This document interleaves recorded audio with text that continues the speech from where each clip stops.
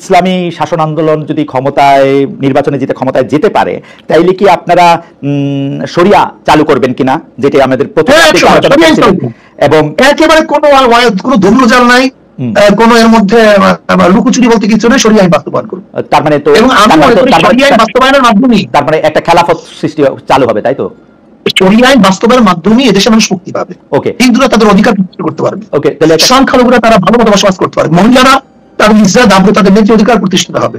প্রত্যেকের পরিবারের অধিকার ফিরিয়ে দেওয়া হবে। তাহলে প্রত্যেক সংখ্যালঘু নিরীহ গোষ্ঠী সবার অধিকারকে বাস্তবায়ন করার শরিয়া আইনের প্রয়োজন। ওকে, তাহলে খেলাফত চালু হবে, তাই তো? শরিয়া আইন এর মধ্যে ব্যাপকতা অনেক বেশি। ইসলামী আইন তখন কি ইসলামী ল, তখন কি আর খলিফা নির্বাচনের ব্যবস্থা থাকবে নাকি খলিফা বায়াতের মাধ্যমে একজন থেকে? খলিফা তো শোনেন, খলিফা যে কাজটা করে তার নাম খেলাফত। হ্যাঁ, যেমন খুতবা জিনিসটা কি? খতিব যে কাজটা করে তার নাম খতিব, যেটা বলে সেটা খুতবা। আমি বুঝতে পারছি, মানে খলিফা কি তখন নির্বাচিত হবে নাকি খলিফা মানে খলিফা তো নির্বাচিত হয়ে গেছে। খলিফা তো নির্বাচিত হওয়ার আগে খেলাফত হয় না, নেতা নির্বাচিত হওয়ার পরে খেলাফত হয়। মানে সেটা তো আসলে মানে সেটা কি নির্বাচন নাকি সিলেকশন? কারণ হচ্ছে আমরা ইসলামের যে প্রথম আমরা ইসলামের 4 খলিফা 4 জন নির্বাচিত হয়েছে। কার দ্বারা নির্বাচিত হয়েছে? 4 ধরনের নির্বাচিত হয়েছে। 4 ধরনের, হ্যাঁ 4 ধরনের নির্বাচিত হয়েছে। রাইট। আমরা যেই একভাবে নির্বাচিত, যেইভাবে নির্বাচিত এখন হচ্ছি, আপনারা গণতান্ত্রিক জনগণ নির্বাচন করলে, হ্যাঁ আপনার গণতান্ত্রিক প্রক্রিয়া নির্বাচিত হইলেন, তারপরে শাসন ব্যবস্থাটা কিরকম হবে? শোনেন, গণতন্ত্র এক জিনিস, নির্বাচন ভিন্ন জিনিস। খালিদ ভাই, গণতন্ত্র নির্বাচন আরেক জিনিস, নির্বাচন ভিন্ন জিনিস। নির্বাচনের নেতা নির্বাচনের পথ। সমাজতন্ত্রবাদীরা নির্বাচন করে না, করে। তাদের আদর্শ কি? সমাজতন্ত্র। গণতন্ত্র সমাজতন্ত্র এক জিনিস না, তন্ত্র হিসেবে আলাদা। নির্বাচন দরকার আছে, সমাজতান্ত্রিক হইতে হলেও নির্বাচন দরকার আছে, দুইটাই নির্বাচন। এটা হলো তার মানে নির্বাচন হলো নেতা নির্বাচন পদ্ধতি। ওকে, এটা হলো দর্শন না, এটা আদর্শ না। ওকে, নির্বাচিত হওয়ার পরে তার আদর্শ অ্যাপ্লাই করবে।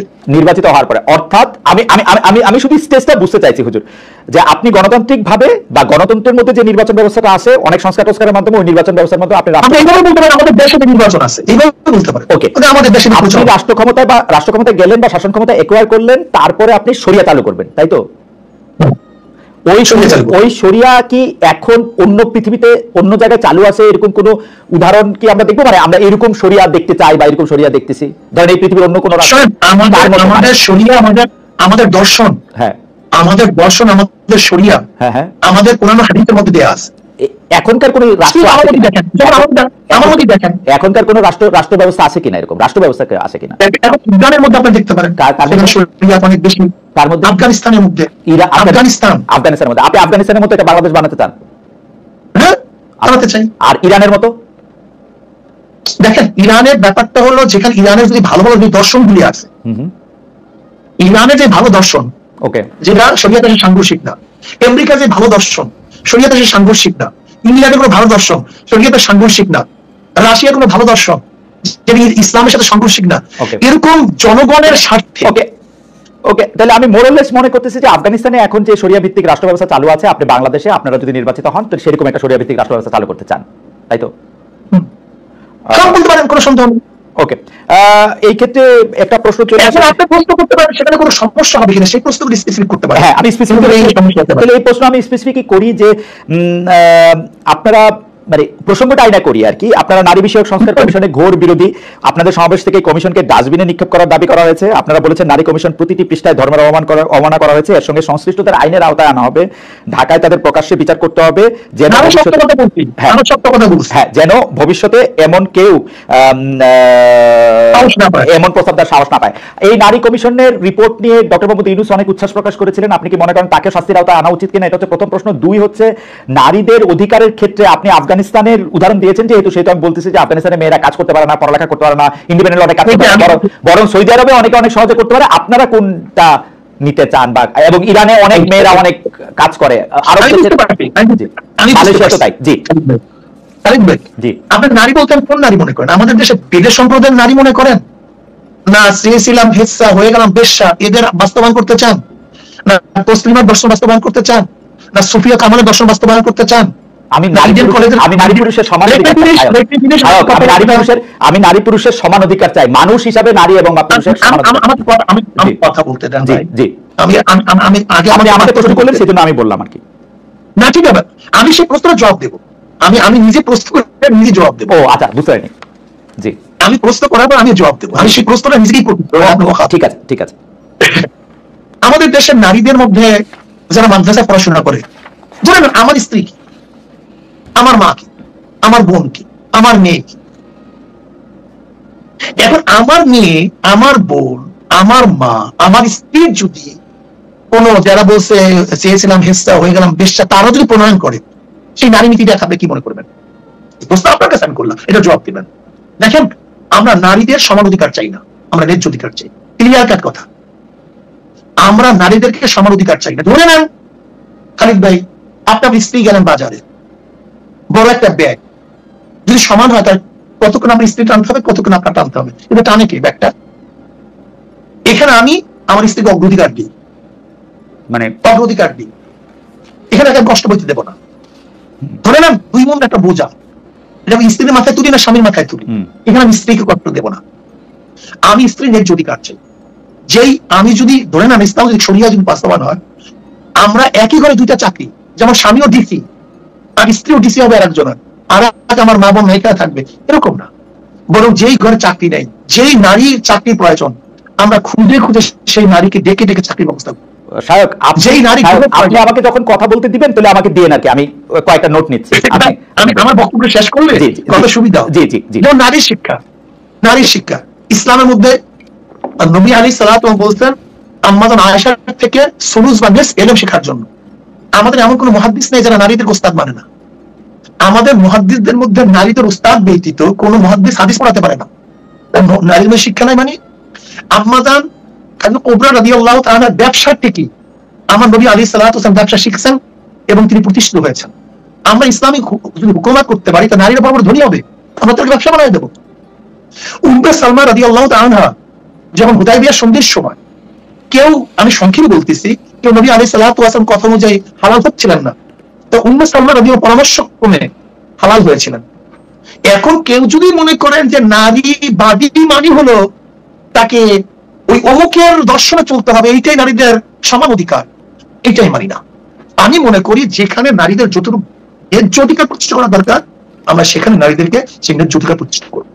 দেখেন, ইসলামের মধ্যে মিশরের এক ডক্টর একটা কিতাব লিখছেন, সেটা 30,000 মুহাদ্দিসের নাম দিয়ে আসেন, 30,000 মুহাদ্দিসা। নারীদের মধ্যে হারাতা বড় যোদ্ধা ছিলেন, কবি ছিলেন। খানসা রাদিয়াল্লাহু তাআলা ইসলামের মধ্যে বহু বড় কবি ছিলেন, তিনি নারী ছিলেন। কাজী এই যে নারী নিয়ে পাশ্চাত্যরা আজকে আমাদের নারী মাজাদের কোথায় নিয়ে পৌঁছাইছে দেখেন তো আপনার পাশ্চাত্যের অবস্থা নাকি? আপনি খুঁজে দেখেন, আজকে নারী অধিকারের নামে এই কয়েকদিন আগে সাম্বার হত্যা করছে তার বাবাকে।